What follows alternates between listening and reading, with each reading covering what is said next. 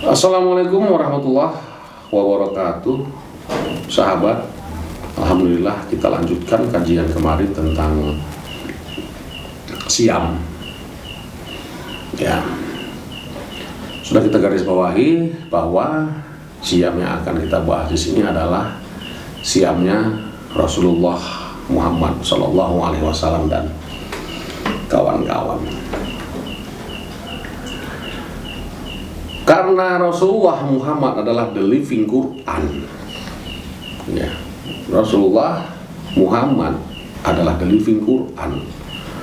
Tentunya siam yang dilakukan Rasul adalah siam menurut tuntunan Kitabullah, bukan siam menurut tuntunan aliran-aliran filsafat, aliran-aliran kebatinan mistis, dan aliran-aliran yang lainnya yang tidak bersentuhan dengan Kitabullah. Maka akhirnya siam yang kita bahas di sini adalah siam menurut Kitabullah. Sahabat pernah nggak mengkompilasi derivasi lafaz siam ini secara holistis, secara keseluruhan yang ada di Al-Quran? Dari 6.000 sekian ratus ayat, kemarin berapa ayat kita hitung semua jumlah Quran, Jis? 6.236 dari 6.236 ayat.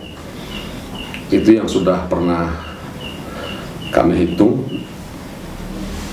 Dari 6.236 ayat ada 11 kali, ya, ada 11 kali penyebutan derivasi lafaz syam.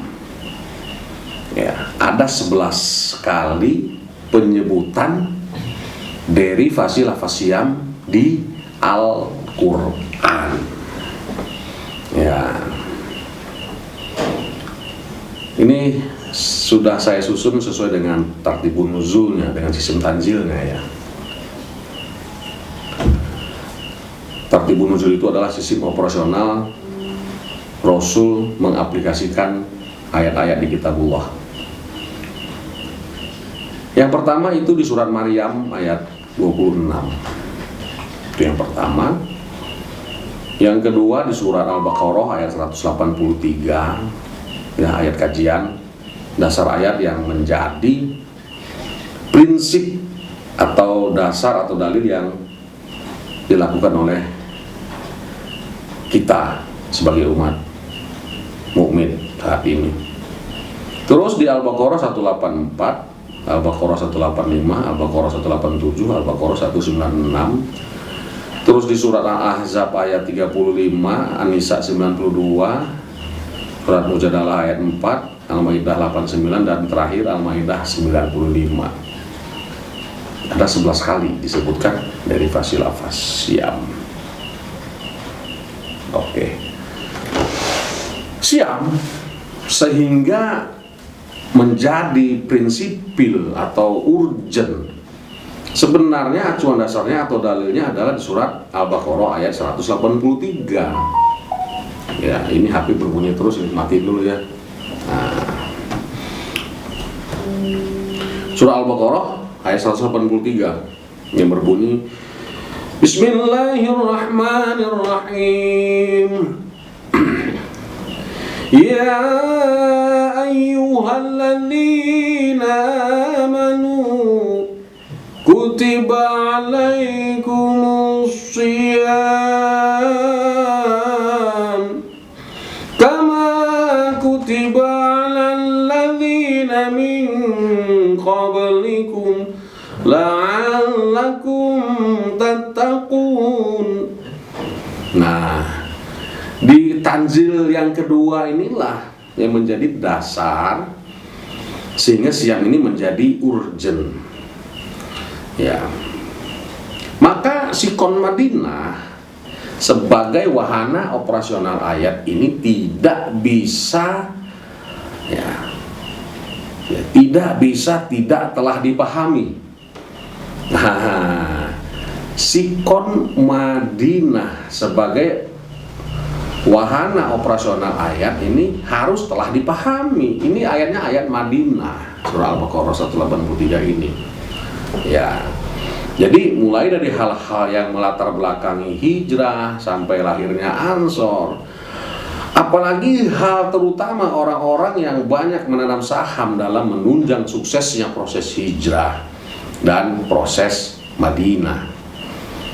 Ya, persoalan tersebut di ataslah merupakan alat mutlak untuk dapat mengantar kita kepada pemahaman yang benar atas nilai Syam ini.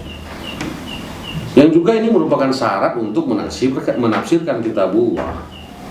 Maka jelas Syam yang akan dibahas adalah Syamnya Rasul, seperti yang saya katakan tadi, Syamnya Muhajir dan Syamnya Ansor. Kalaupun kita ingin mencari alternatif yang lain selain Syam periode Madaniyah ini, maka siogia kita melihat ayat-ayat Makkiyah. Ya, ayat sebelum Al-Baqarah 183 yang berkaitan dengan Syam. Dan ternyata hanya ada Syam Maryam di surat 1926 yang merupakan informasi sunnah Maryam dalam mewujudkan aspirasinya sebagai yang membidani lahirnya seorang Rasul. Ya, ternyata Maryam, ya, untuk mewujudkan aspirasinya sebagai seorang atau sebagai seorang ibu yang membidani lahirnya seorang Rasul, ternyata tidak bisa lepas dari yang namanya Syam. Itu. Pertanyaannya buat kita adalah, apakah Muhammad Rasulullah SAW sebagai the living Quran tidak atau belum mengaplikasikan surat Maryam ayat 26 ini? Itu pertanyaannya. Karena kan Rasulullah itu the living Quran. Berarti surat Maryam ini pun udah lewat, sudah diaplikasikannya. Bagaimana Rasulullah Muhammad mengaplikasikan Syam Maryam ini? Nanti akan kita bahas secara khusus pula. Jadi sebelum sampai kepada Syam Ramadan ini, Rasulullah Muhammad dan kawan-kawan sebelumnya harus sudah mengaplikasikan Syamnya Maryam, yang kata orang tidak berbicara dengan manusia. Ini konkretisasinya gimana? Aplikasinya gimana? Dan bagaimana pula jika kita ingin mengaplikasikan surat Maryam ayat 26 ini? Semuanya kan masih ngambang, masih abstrak, masih terlalu goib bagi kita untuk memahaminya, karena memang belum pernah ada yang menyampaikan secara lugas. Ya, jadi Rabiul Awal Rasul tiba di Yasrib, yang berarti 5 bulan jarak ke Ramadan. Dari Rabiul Awal sampai ke Ramadan itu jaraknya 5 bulan.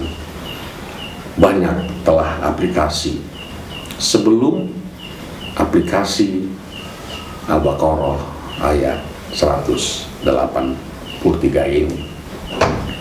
Jadi sebelum kita melaksanakan Syam Ramadan, tentunya kita harus melewati Syam Maryam. Udah belum melaksanakan Syam Maryam? Nanti akan kita bahas bagaimana mengaplikasikan Syam Maryam ini. Nah, inilah pengantar kita untuk menuju kepada Syam Ramadan. Jadi harus melewati Syam Maryam dulu. Demikian. Assalamualaikum warahmatullahi wabarakatuh.